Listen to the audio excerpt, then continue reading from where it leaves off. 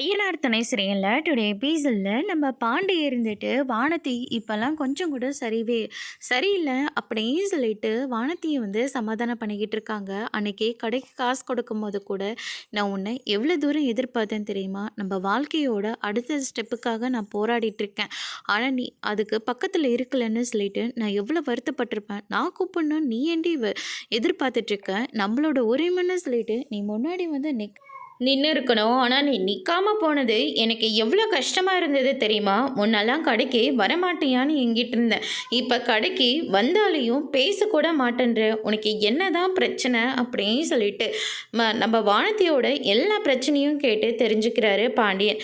அதுக்கு அடுத்ததான் பார்த்திங்கன்னா கூடவே கொஞ்சம் ரொமான்ஸும் போயிட்டுருக்கு. நீ எல்லாமே எனக்கு ஒரு வாழ்க்கையே இல்லை, நீ தான் எனக்கு எல்லாமே.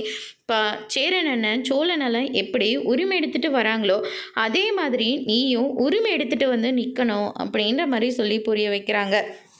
சரி பாண்டி அப்படின்னு சொல்லிட்டு ரெண்டு பேரும் கொஞ்சம் கூடவே ரொமான்ஸும் பண்ண ஆரம்பிக்கிறாங்க.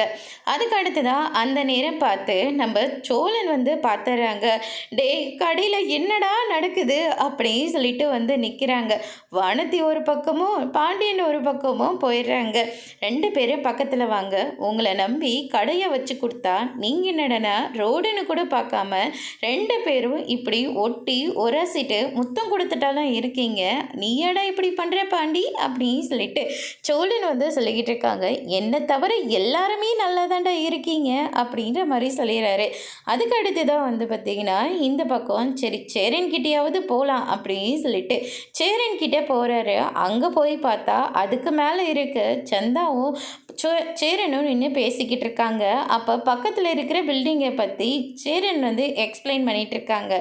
ஆனால் நம்ம சந்தா அதை கவனிக்காமல் நம்ம சேரனை பார்த்தே லுக்கு விட்டுட்டு இருக்காங்க. இங்கேயும் அந்த காதல் காட்சி தான் ஓடிட்டுருக்கா அப்படின்னு சொல்லிட்டு சோழன் ரொம்பவே ஷாக் ஆகுறாங்க. சந்தா இருந்துட்டு சேரனியை கட்டி பிடிச்சி ஒரு முத்தாவும் கொடுத்துட்றாங்க. அதை பார்த்துடுறாங்க. அதுக்கு அடுத்ததாக சேரனுக்கு ரொம்பவே ஷாக்கிங்காக இருக்குது. ஏய் சந்தா நில்லு அப்படின்னு சொல்லிட்டு ரெண்டு பேரும் ரொம்பவே சந்தோஷமாக இருக்காங்க. சோழனை பார்த்த உடனே சந்தா இருந்துக்கிட்டு அங்கேருந்து வெக்கப்பட்டுக்கிட்டே ஓடி போயிடுறாங்க.